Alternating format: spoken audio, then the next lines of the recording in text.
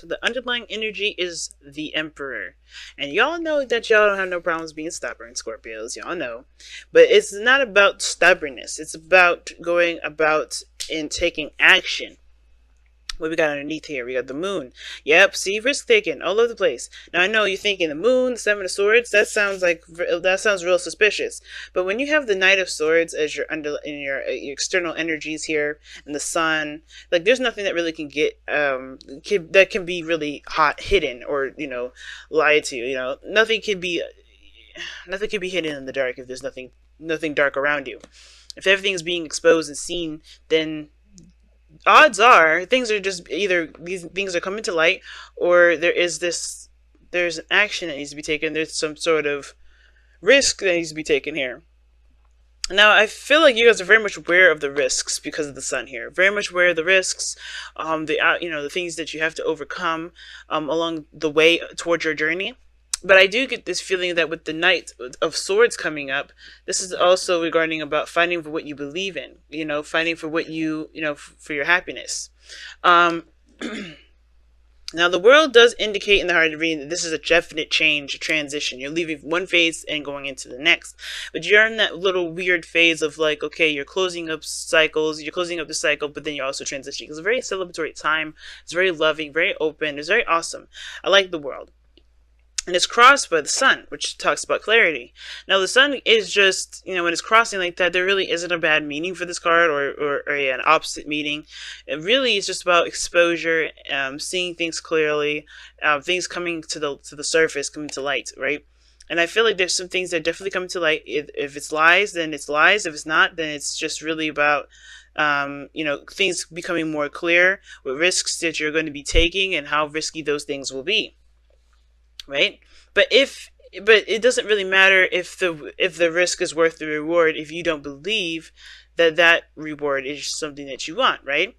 Because here in the past you have the Lovers, so you definitely met someone, or you found you know what you love. You've accepted that love that you have for this this career path, this person, lifestyle. You know what you want, you know what you love. And I feel like it was just in that period of time in the past there was a lot of accepting that, just accepting what you love, accepting what you would just pretty much just allowing yourself to just be, allowing yourself to just feel, and without judgment. But this is also understanding this profound connection, and knowing this profound connection exists between you and another person. If this is a relationship for some of you guys out here, yeah, of course, right? Knowing what you love, it's not just enough to just kind of just say, okay, this is it. There's things that obviously need to come into place, that need to take place in order for there to be, full and investing into this love, if that makes sense. Or, putting in work towards the love, or building it, creating it. Which leads us back to the Seven of Swords. Now, like I said, I think this is more of like, taking a leap of faith, taking a risk. It may feel like the risk is bigger than the reward, but when you get the reward, it's definitely like it's just awesome. Like, and you can't really beat that. So I get this feeling with the Seven of Swords here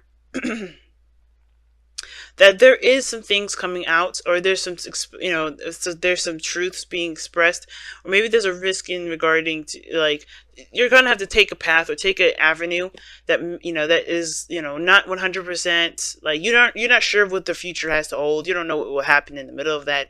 But I feel like for some of you guys, there may be even avoidance here too. Some of us, I feel like some of us here with the Seven of Swords, I don't know if this is you guys, someone else, somebody could be avoiding the situation because, they know the potential for happiness, but again, it's still a risk.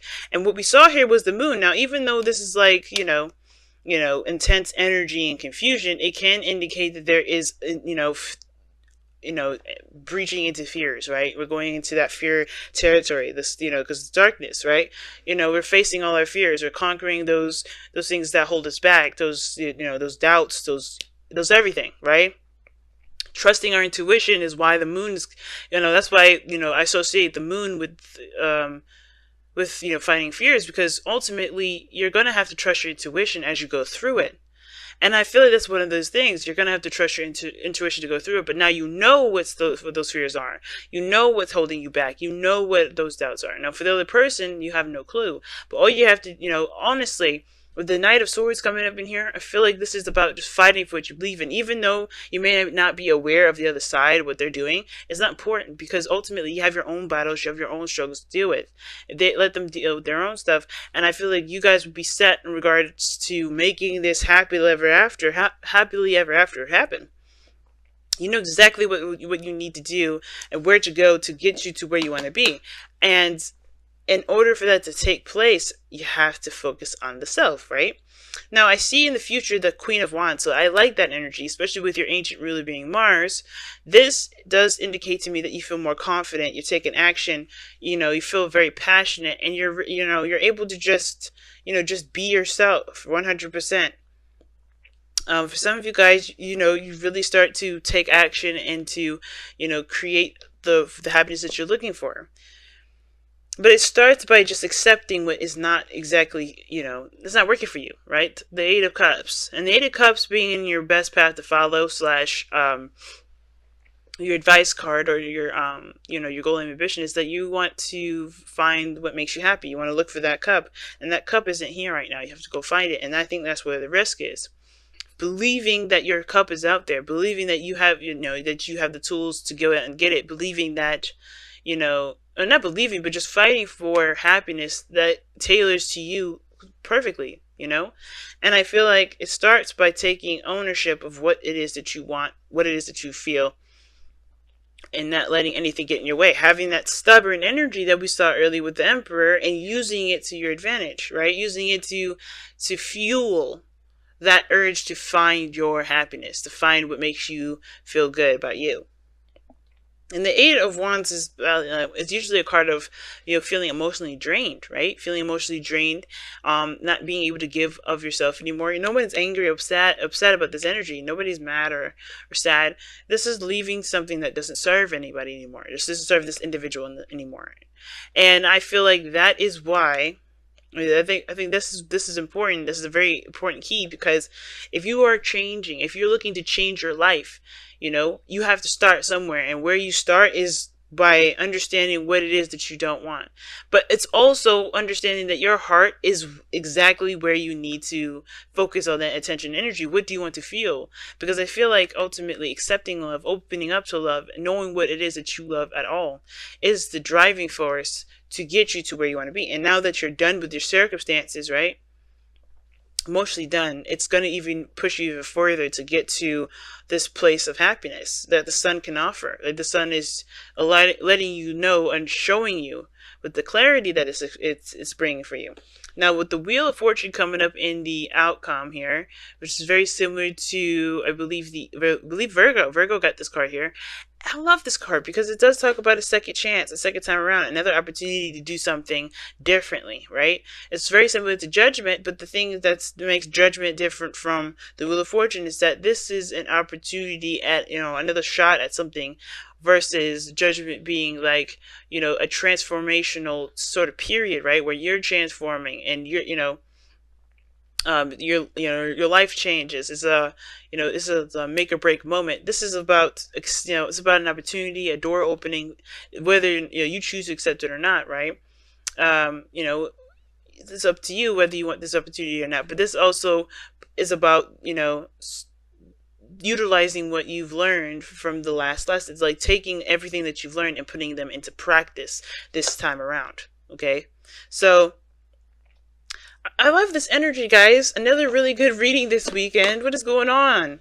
I mean, I'm really glad to see the difference, because for a long time you guys have been really struggling. You guys have been really fighting for happiness, and I feel like you guys are just really getting closer to it. It feels like it's a bit of a struggle, and I understand that, considering that, Pluto is your planet, right? And that energy is very intense. But, you guys are really making it for yourselves there, and I'm really proud of y'all. So let's go ahead and see what the Messenger Oracle has to say for the next several weeks. Have courage. Yeah, man, have courage. This is a risk taker, right? This is one of these events where you have to take a risk. You know exactly what it'll lead you towards, happiness, but it's going to require you to be brave, right? Because sometimes things change, things happen, but it's all about bravery. The Queen of Wands, she is fearless. She doesn't care about failure. She doesn't think about failure at all. That she doesn't manifest failure, which makes her, I feel, very lucky, because with her focus being on what needs to be done, her eye on the prize, she doesn't think about there being a possibility of anything being in her way. And if there is, she just tackles it and deals with it when it comes. And I feel like that's you guys becoming more fearless, fighting for what you believe in. But it starts by having courage that, in yourself, right? Fork in the road. I had a feeling, yeah. So fork in the road comes out, talks about making a decision, taking picking a path in which to go down, because ultimately you cannot go the same direction that you have been, right? Like you've been going down that road for some time. There's really not much you can do anymore going forward. You have to make a decision about where you want to go, right? Because you've hit a roadblock. Not a roadblock, but you've hit the end of that path, of that strategy, of that method to kind of go down. Whatever your situation is going to call for you to make a choice, to make a decision about where you're going to go first. And I feel like you definitely should listen to your heart, listen to what you're trying, what your intuition is trying to tell you. Because ultimately, this is about what you love, right? Remember, the foundation is the lovers. What is it that you love? Who do you love? And let that be your guide right now, since this is really heavily on your intuition. And as much as we love to think it and think it and say it and stuff like that, we have to feel it. And I think that's what the sun is trying to illuminate. Everything that we need is is in ourselves, is in our hearts. What do we feel? And I feel like that's going to help you make the decision to whatever decision that you decide to make going forward. Because ultimately, you have to feel good about what you're deciding. You have to feel good about where you're going. And if you can feel good about where you're going, you can feel more confident in yourself that this is the right place for you to be. Right? Because ultimately, there's no such thing as a right or wrong. Right? Because everything's too doggone black and white for there to be a right or wrong. But understanding that, as well as going for your goals, your happiness, what you feel, you're going to be heading in the right direction, family. Okay. Wow. Pretty short reading, I know, this time around, but this is a really good reading. Simple, straightforward, and allows you guys to go back to your families and enjoy your vacations, enjoy your time together with your partner. The risk is big, the step is big, the direction in which you're changing your life is really big. But as long as it feels right for you, as long as it feels good to you that you're making that step, and it can be hard sometimes, especially when it's scary. As long as it feels good, you know that you're doing the best that you can with what you know, and everything happens for a reason, especially to help you towards your highest self. Okay.